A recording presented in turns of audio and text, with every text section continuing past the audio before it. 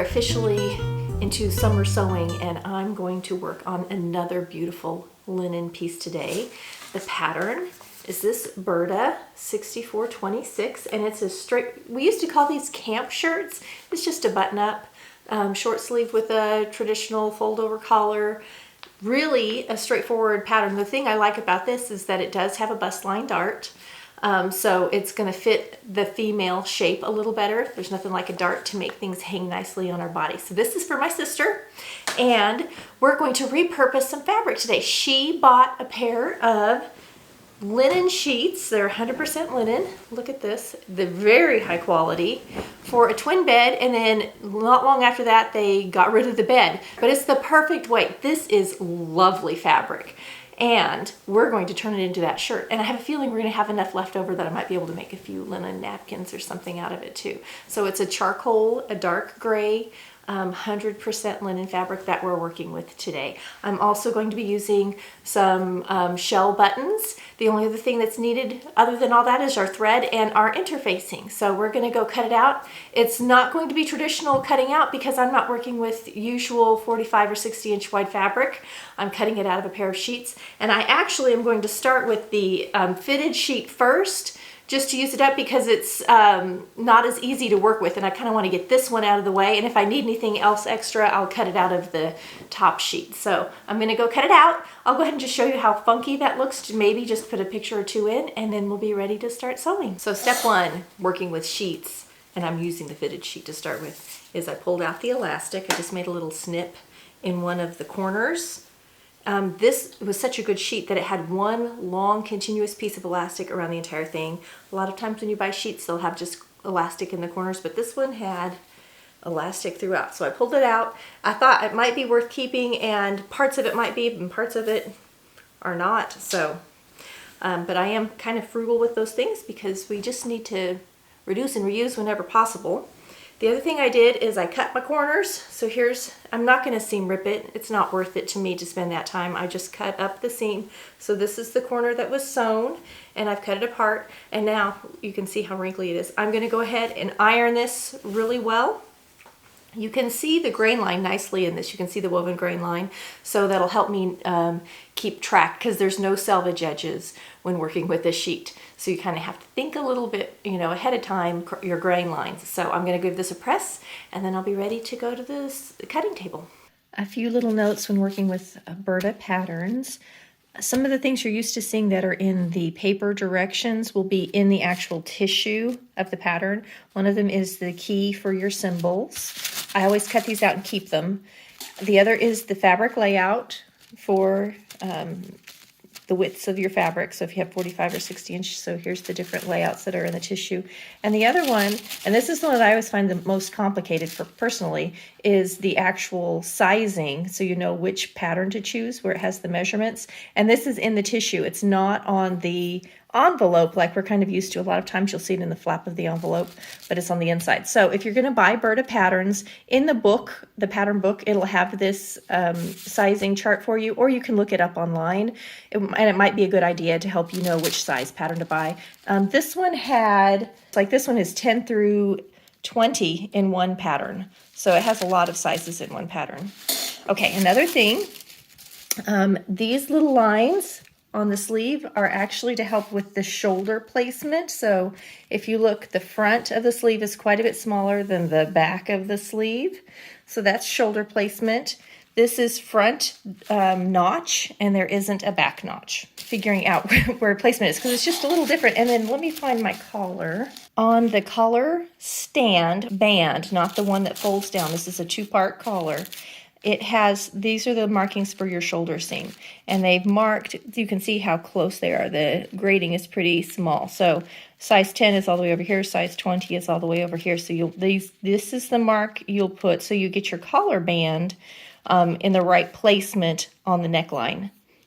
So just a few tips on working with the Burda patterns.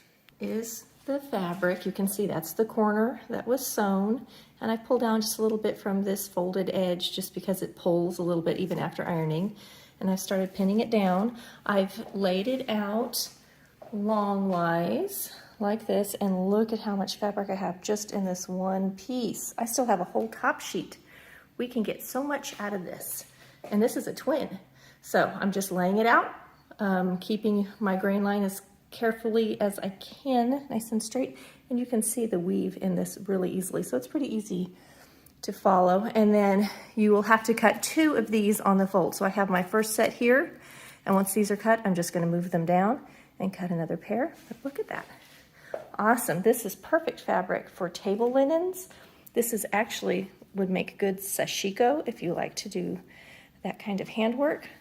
Really nice. As I was cutting, I realized the sleeve would fit down in this little section here, and it left me with this great big piece of fabric left over for another project. All cut out, and the first thing we're going to do is interface. We have 2 collar pieces.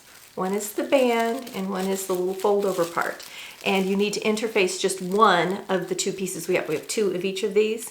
So we're going to interface one of each.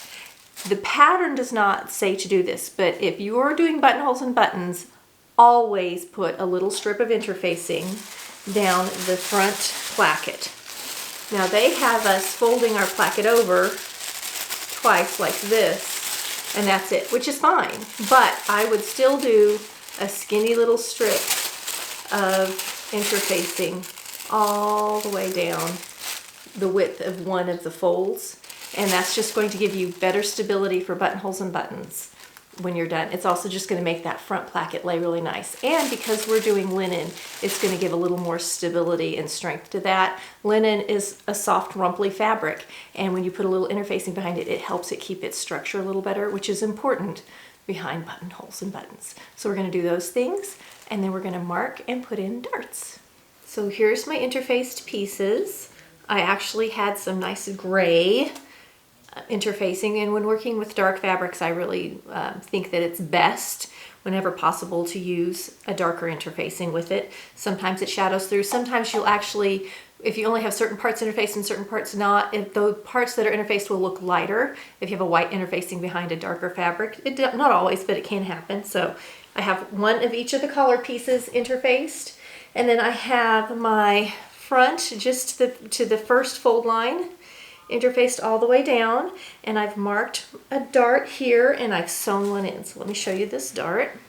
If you've never done darts before, or if you struggle with darts, I'm going to link the dart video for you that I have that just shows how to mark it and how to make your darts look a little better. So from the inside, here it is, and from the outside, I have not pressed it yet, but there it is. So all of those things are done. So now we're ready to, on our little marked lines, we're going to fold in this front facing, and I'll show you over on the directions here real quick. There's only one sheet of instructions with this, front and back, and it comes in English, French, and Spanish, which is wonderful. So here's the pattern that we're doing, and it has 2 lengths, and I made this one longer. So we've interfaced these pieces. Now I'm not doing the sleeve band, so I didn't have to worry about that one. And this is for the larger collar, which I'm not doing. So these are the 2 we've used. I've interfaced this. It doesn't call to do it, but I did. I put in the dart, and now we're doing this part where we're folding it over, and then it gets top stitched down. And then we're going to move on to collar. So in folding back this front facing, it's a little confusing when looking at the paper pattern and the directions. So we have a fold line here and a fold line here. And you'll notice this piece that actually gets folded to the inside is wider than the second one. So when you fold this in and then you fold it again, it's actually a little on the narrow side. So you have seam allowance that needs to get tucked under for the folding. So I found it easiest to fold on the front, this one here that says facing fold. I folded that one first and pressed it. Then I pressed this one, and that let me know how much of this needs tucked under. So let me show you. So this is the inside of the garment. This is that main facing fold line right here. This is the secondary one, and this is all of the seam allowance that gets tucked to the inside for stitching.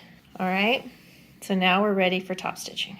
Here I am lined up on this far outer, which is 1 inch. It says 5/8.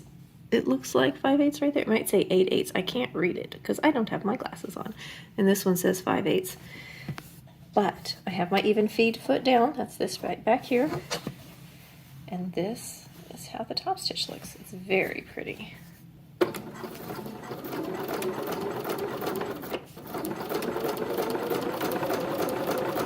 So I'm doing the very front edge top stitching now. I'm using my quilter's foot. This is the foot that has the 1/8 inch and 1/4 inch markings on it, which makes life super easy. And I'm using the inside of the toe, which is giving me the 1/8 inch mark. And then look at how pretty that makes the top stitching. Again, have the even feed down on my machine. Not every machine has that, but if you have an even feed or a walking foot, that's a good time to use it. Just a quick close-up after I finished the top stitching on my 2 fronts. And that's how it looks from behind. Stitched the front. It's all straight stitched and pretty. And we have our dart in. So our fronts are prepped, both sides. And we're ready to go to collar. I'm starting with the fold over part of the collar. And I've pinned it together. When I go to sew this, I'm going to sew so that the interface side is on top and the non-interface side is on the bottom, because there's more stability on top, and the bottom actually can stretch and move a little bit where the top won't, because the interfacing prevents it. And if I sew it this way, the feed dogs help keep this from moving. The even feed is engaged, and I can keep this from having too much movement in it front to back. If I flip this around, you can kind of see just a little bit. There's a little difference between front. You can see there's a little ease in there. So we're going to do just this piece, and then I'm going to trim it, turn it, and top stitch it before we go to add this to the band. Here's a trick you may or may not know. When you're sewing on the 5/8 inch line, as I am, and you're ready to turn the corner, you can sew off and come back across, which I don't like to do. I like to turn my corner. So see, I've sunk my needle. This little line right here, see that? That's also 5/8 of an inch. So if you sew to where the stitching line touches it and sink your needle, then when you turn, it's a perfect 5/8 inch and ready to keep stitching. Collar stitched and ready for me to take off these little corners. I'm cutting through the corner, but not, I'm a good 1/8 of an inch from the actual stitching line, but I'm going to get rid of all that excess, so that when I turn this around, all of that stuff in the corner fits better, and I get a nice sharp corner here for pressing. I'm going to do that for both corners. If you find, I don't know what fabric you're working with, so if you're working with a heavy fabric, you might find that this is just too bulky in here, and you actually may need to, see how I kind of just cut straight across, a straight angle? You may actually have to kind of angle it in a little bit even more if it's very heavy fabric. The other thing you might want to do is trim away one of these layers about 1/4 of an inch. Just make it a little narrower, and that will just give you a little gradation between the 2 layers when you flip it around and make it a little smoother on the inside for top stitching. So I'm going to go ahead and finish this, press it, and top stitch it, and then we're ready to do the band. Just trimming out the inside so you can see how it looks. The interface side is the under collar. So this is going to be on the underneath side. So that's also the side that I trimmed down smaller. And now I'm ready to, you can see how these fold in. See how that folds in nicely to give a sharp point when I'm ready to flip it. Okay, we're top stitching again. I'm doing the 1/8 inch right on the inside of the toe, and I'm top stitching with the interface side down this time, because this is going to be the part of the collar that's going to be seen. It's going to fold like this. So this is the outside, so I want this on top for my top stitching, and I'm going to use that even feed foot to help everything flow nicely. Watch those corners when you turn them, because they kind of want to stick sometimes in the feed dogs down here. So you just want to take it carefully. We're ready to pin our band to our collar, and we want to kind of pay attention to where our interfacings are. So this is the non-interface side of the band, and we're going to press up our seam allowance along this bottom edge of it. The non-interface side of the band is going to the non-interface side of the collar. The interface side of the collar is going against the interface side of the band. And you can kind of see how the band curves this direction and the collar curves this direction. That's on purpose. So when we pin this, we're going to pull the band down here so that it fits in, and that's going to help this collar piece lay over nice at the neck. So that's kind of helps give it that shape where it rolls over pretty right along the neckline. So, and the other thing, if you're pinning this and this collar here keeps stretching as it goes into the band, we don't want that. We want to make sure that the collar fits perfectly into the band, and there's a little marking even on the band here, pattern piece, of how far the collar piece should go, so you don't go too far. This is our collar sewn. I've done my 5/8 inch. You can see I've turned up the collar for the inside here, my seam allowance. And what we're going to do now is on this little curvy part, we're going to come in and take little pie-shaped pieces out. We're going to just trim up to but not through those stitches and do on this curved edge, so that when we flip this around and press it, we will have a nice curved edge and it won't have all of this stuff bunched up on the inside. We need to get rid of some of that excess fabric at this point. So we'll go ahead after this and go to shoulder seams and put our garment together the shoulder seams so we can put our collar on. So I'm going to go ahead and just trim out and press this, and then we're going to put our front to back at the shoulder seam. Oh, you know what? I haven't done my back darts either, so we're going to put in our back darts. So next is back darts and shoulder seams, and then I'll show you how to attach the collar. And let me just tell you, if you're working with a serger, you can just serge this together with your shoulder seams. Or you can do your 5/8 inch and serge your raw edges for each side of your shoulder seam. Or you can do a flat felled seam. You can do a French seam. You can do a mock French seam. You can straight stitch and zigzag your outer edges. So you have lots of options for how you want to finish off the inside of this garment. I'm just going to serge it together for two reasons. I really wanted to do a flat felled, and we still might do a little top stitching just on the shoulders, so it sort of looks like a flat felled. But I know on the side seams, I don't want to do any specialty seam finish that will make it difficult for me to alter later. If you do a flat felled seam, you trim away part of it. And if you want to come back and alter it, you're actually missing some of the seam allowance on one side. So I don't want to do that for my side seams, and I don't want to rip out all of that top stitching that goes into a flat felled seam or even a French seam. And that's why I'm going to go with serged, because I can leave that serging on the inside and just take it in a little bit if I need to. I think it's the simplest for me. Quick look at the back darts. I know they're practically invisible in this fabric, but they're so pretty, and here they are from the inside. And now we're ready to put it together at the shoulder seam. A quick reminder when you're putting together your shoulder seam that it should meet perfectly right here at the stitching line, but it will not meet perfectly at the cutting line. Can you see the difference? Angle of the back neck comes off this direction, which is what we see here, and the angle of the front neck comes up more straight. So they don't meet perfectly at the cut edge, but they do at the stitched edge. So if you line it up, worry about pinning right here that they're perfect. A lot of times we look at this raw edge and try and line it up, but that's not where it matters. It matters where we stitch it. So I have the collar sewn on. This is the inside. The collar, here's the neckline. And now we're going to do some clipping.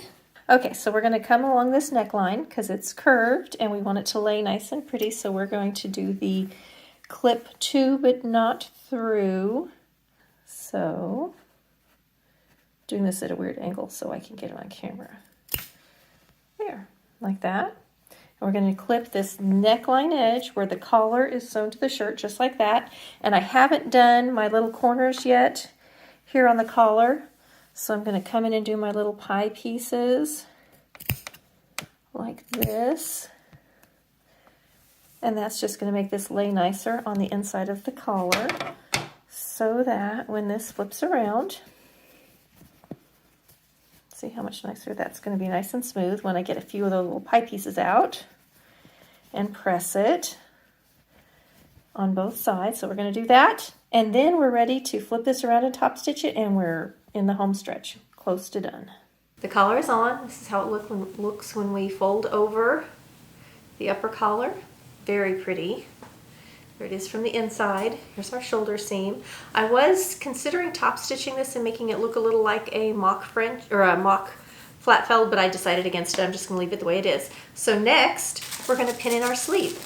Now I did mark my little shoulder seam to make it easy to tell where to line this up. And I went ahead and serged the raw edge of just the hem part. So this is the front of my sleeve and this is the back. So I'm gonna pin this in, right sides together, and then we just sew it around. This is a traditional flat type of sleeve, flat way to sew in a sleeve. So, and then we're just gonna sew it across. Once that's done, and a way I'm going to do it is I'm going to straight stitch it and serge the edge. You can definitely just serge this together if you're doing a 4-thread serge. I tend to like a little deeper seam allowance left over than just serging it off and having like a 1/4 inch. So I tend to sew and serge, and that just gives me the ability to have a 1/2 inch seam allowance if I want to, or 3/8, or even a full 5/8 if I want to, depending on what the garment is. Now on a sleeve, you don't want usually as deep a seam allowance underneath the arm, but otherwise you certainly can have a deeper one on top. This is pinning in just lovely. The natural fibers tend to shape and mold. If you've ever owned a linen anything, a linen top of some kind or linen pants, they actually will start to take the shape of your body. So it'll actually, the fabric kind of molds to you. Linen and silk and wool all do that. Silk a little less than the linen and the wool. Wool really can, which is lovely. Wool's one of those you can shape. That's why they make hats out of it, because you can just shape it and shape it with some steam. It's pretty amazing. So we're going to pin this in just like this. And we're just going to sew across that sleeve cap. So it's not a set-in sleeve, it's a sewn-in flat sleeve. And then once that's done, we'll just zoop all the way down from the sleeve hem to the shirt hem, and our garment's pretty well done. Okay, I'm just pinned up along the side seam. Here's the hem. Here's where the sleeve is attached, and here's our sleeve hem, and I'm just straight stitching it on, and then coming over here and serging it up. We have a shirt. It's together. All that's left are hem, buttonholes, and buttons. So I'm going to go ahead and just turn up the hem on the sleeve, top stitch it down. For the bottom hem, I'm going to, you could do two things. You could just serge it and turn it up once, but I'm going to go ahead and do roll it. So I'm going to press it up about 1/4 inch and then press it up again about 3/8 of an inch and just top stitch it all the way around. So I'm going to have do those two things. Then it's time to mark buttonholes and buttons, and our garment is done. For marking the buttonholes, I'm going to make the buttonholes on the right side of the shirt and put the buttons on the left side. I'm just going to use my pattern piece, lay it right down on top. It has little markings, so I can you can use it after it's sewn. So it has a little mark at the top that says this is our 5/8 inch point. So it'll be really easy to line it up to transfer my buttonhole and button markings. I don't usually put my markings on until the garment is put together because it gets moved around a lot and they just wear off. So I just think it's easier to do it after the fact. And I actually seldom mark with chalk. I use just pins to mark it because then I don't have to worry about getting the markings off once the garment's complete, but you can certainly use whatever's easiest for you. So I'm gonna go ahead and do these last few things. They're really not that exciting. I may do a close-up or two of the buttonholes, but the buttonhole's 100% machine done. I don't have to do anything special. I just line it up and let the machine handle it. And the same with the buttons. Sewing on a button, I do my buttons as a rule with the button option on the sewing machine instead of sewing it by hand. So I'm going to do those things, and then I'm going to show you a beautiful finished linen garment. I would like to tell you that as you're sewing, please remember to press as you go. Even if you don't normally iron, pressing as you go makes sewing better. It makes everything look at how nice that seam looks. Can you see that? It just presses so lovely. I love working with linen. I've said that before. I like working with linen. I actually have another linen project planned coming up. Here's my tester buttonhole. It's my buttonhole attachment. That's what it looks like on my machine. And I always do my first one in a scrap to make sure that it fits. Yep. Perfect. So because the band is sort of narrow between the stitching, I'm going to have my buttonholes are going to go up and down. They can go either direction, but you want them to line up starting at the center front of the garment, which is about the middle of this band. So if I were going sideways, I'd have to have eensy-weensy little buttons so they would stay in the band. You don't want your buttonhole to come off your band. So I'm going to go straight up and down. All of them are going to be up and down the band on the center front, except for the one that is in the collar band, and that one's going to go across this direction. So I'm going to start my buttonholes.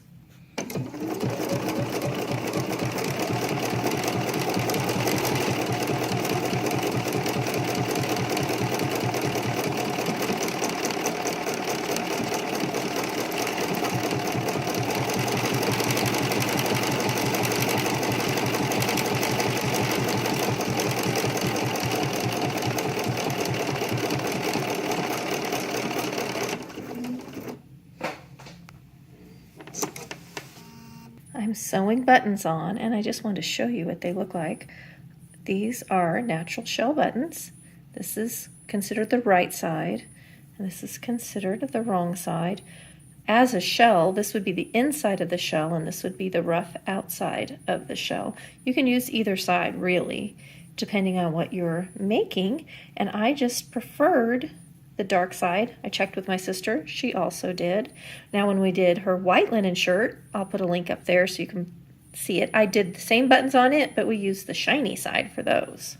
I'm stitching on the buttons with my sewing machine. Be very, very careful and line up perfectly before you start sewing, because if that needle comes down in your button, whether it's a plastic button, a wooden button, or a shell button, it'll break your button. We don't want that.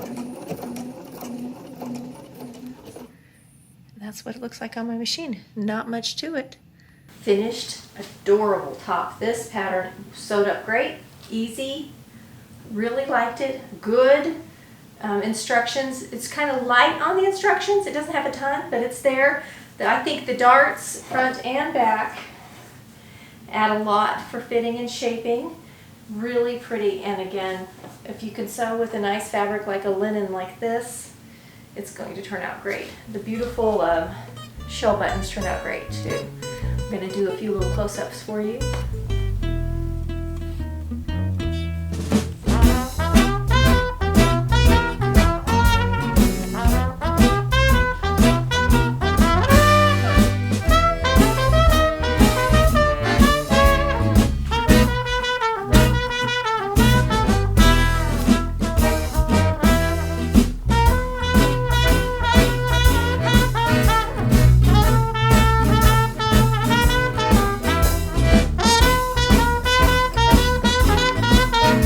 Next week for more sewing fun.